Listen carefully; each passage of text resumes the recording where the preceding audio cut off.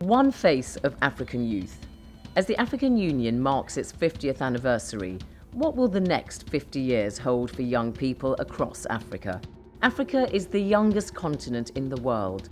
60% of its population is under 25. By 2050, it will make up nearly a third of the world's population. Its labour force by then is projected to overtake India or China's and reach 1.1 billion. Impressive figures. But what does this mean for young Africans today and tomorrow? Well, everybody is actually very concerned about youth because of what happened in North Africa. It got the attention, and people now realize that it is much more important to give them space, because they are saying we don't want to be associated with designing the future. We want to be part of what is happening now. In May 2013, Addis Ababa provided the venue for the 50th anniversary celebrations. But while the event commemorated the past, Africa's leaders were keen to look to the future. We congratulate all Africans here and in the diaspora, women, youth, workers, business, professionals and civil society for their commitment to the African cause. We seek to focus on the implementation and delivery of the promise of prosperity to our people. We are shifting from theorizing about human and people's rights, gender equality, inclusion of youth and vulnerable groups, to having these values become part and parcel of our day-to-day modus operandi. Central to the celebrations was this event, hosted jointly by the AU and the Economic Commission for Africa, the ECA. It brought young people from across the continent together in dialogue with their leaders. Up for discussion was Africa 2063, a vision for development across the continent, showing what it could look like in 50 years' time when these young people will themselves be old. 70% of our population is composed of youth. As we move in the direction of the future, we must recognize that it is by empowering our young men and women that we will be able to fully exploit the potential that this continent has. As we celebrate the 50 years of African unity, we can now say Africa has come of age, that indeed the Renaissance is now with us. And Africa today is the continent of opportunity. The youth of today, they know where they are going. And what they need, we have to provide opportunity. The voice of youth in the Arab Spring has given Africa 2063 a new urgency. It isn't the first plan that aims to eliminate poverty in the continent, but now governments face a stark choice: deliver young people jobs and a decent quality of life, or face unrest, even revolution. But what did the delegates themselves have to say? Okay, go ahead. Thank you. I think it is important for us as young people to be challenged that the leadership of Africa depends on us, not on the older people whose generation have already gone. Thank you. There are two ways to unite people. Either you have a common enemy, like the fathers of the African unity who fought against colonialism, or you have a common goal. The enemy is gone. What is our goal? Actions speak louder than words. As African leaders, why is it that as youths we are feeling neglected? Why are we feeling we're not part and parcel of the sharing of the cake? Is it because you feel threatened by us? The location for this intergenerational dialogue was itself charged with history, the Africa Hall.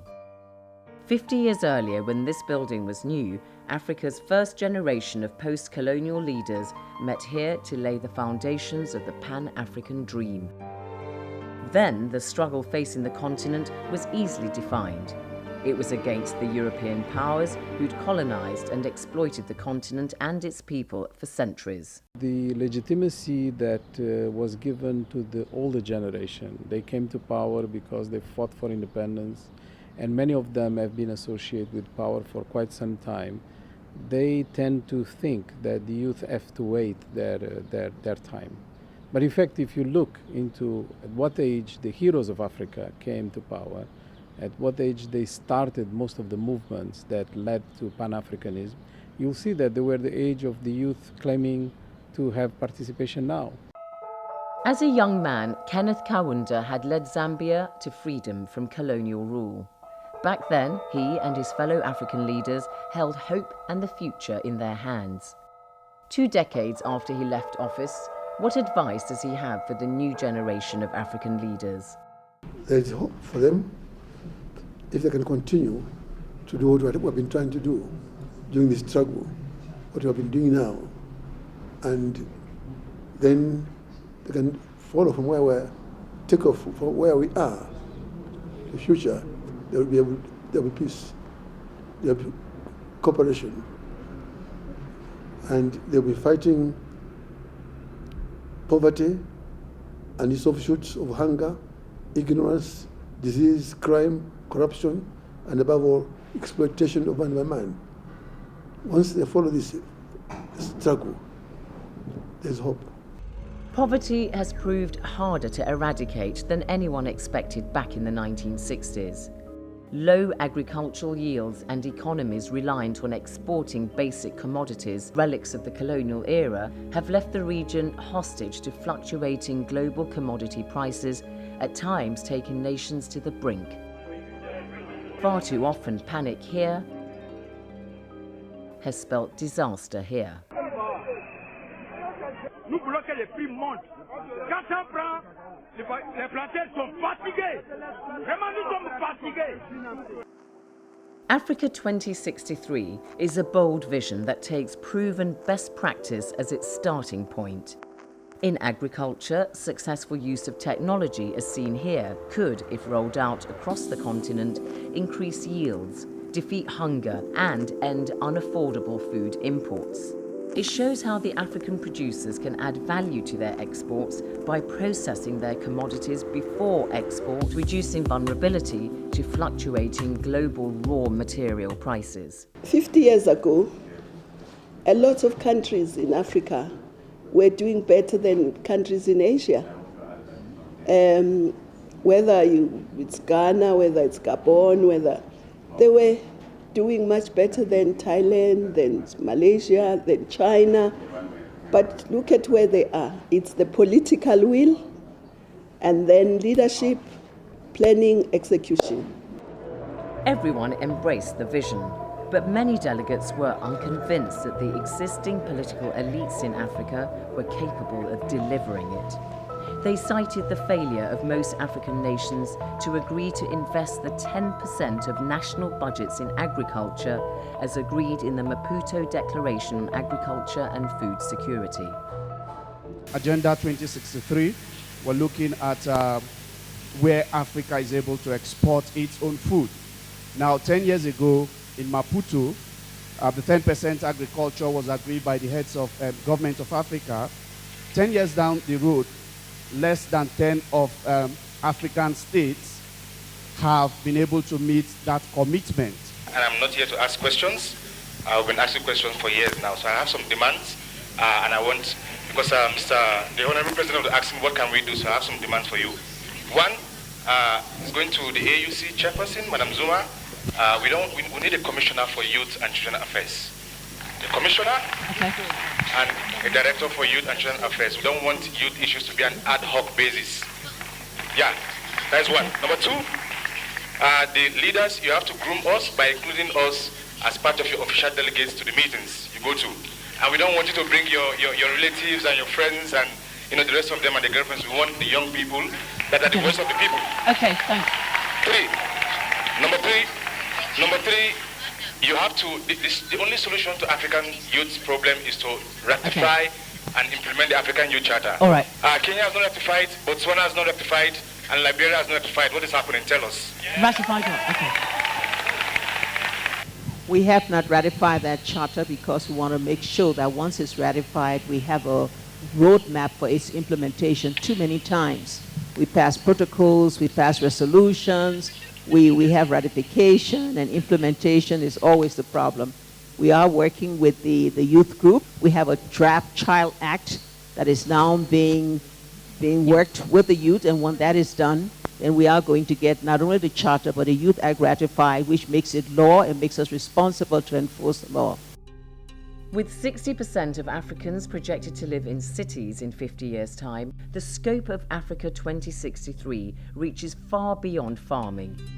It sees the region developing a strong, independent industrial base that will create wealth and provide high-quality jobs in an increasingly urbanized continent. But with the growing influence of new trade partners, many delegates had a deep suspicion that present-day trade agreements were merely the latest form of neo-colonialism. Could they really deliver when 50 years of similar deals with the US and Europe had failed?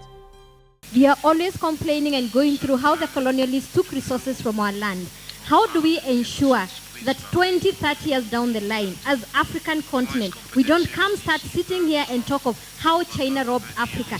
The question is that we are receiving these reports, very recent research reports, which saying that Africa is losing $50 billion per year through illicit financial flows and unfair trade agreements, whereas our headquarters of the African Union is built by $200 million by Chinese government, which can be divided by up 54 countries, which is only $3 million for Africans. So why can't we define our own future? Why are we always an echo of this rising Africa of the future, which was also the discourse 100 years ago? We need to define our own discourse and our own way. The 2063 vision celebrates the growing power and confidence of Africa's culture. We're growing and we're getting better each day. A lot of good movies coming up, a lot of brilliant producers, directors, actors and actresses. So, I mean, it's a growing industry. If we have private individuals supporting the fashion industry, I'm very sure in a couple of, say, 5 years, we can guarantee another 5 or 10% employment opportunity for people on the streets. But one delegate pointed out that a rich culture must include and celebrate all its citizens. The World Bank actually estimates that 15% of Africa are persons with disabilities. But what we see in principle and in practice is that persons with disabilities continue to be marginalized and they continue to be not available in processes where others participate. Just by way of an example, I've been given this paper. I've just dreamt that maybe it's the program. I can't even read it. My point is, just to be brief, there is nothing African, there is nothing democratic, there is nothing moral about disability exclusion. Thank you. The flame of Pan-Africanism that burnt so brightly 50 years ago was still alive in the hearts of many of the delegates. Malgré tout, l'Afrique est debout et la construction de l'unité se fait selon le rythme normal des États. Il s'agit de parachever ce combat dans les 50 prochaines années par une intégration plus soutenue et par une lutte contre le chauvinisme national. Il est temps que les Africains se considèrent comme tels, comme Africains et non comme Sud-Africains, Marocains, Sénégalais, Égyptiens ou autres. When the OAU was established, the purpose was to promote African unity. We Tanzanians have achieved that goal in 1964 when Tanganyika and Zanzibar united to form Tanzania.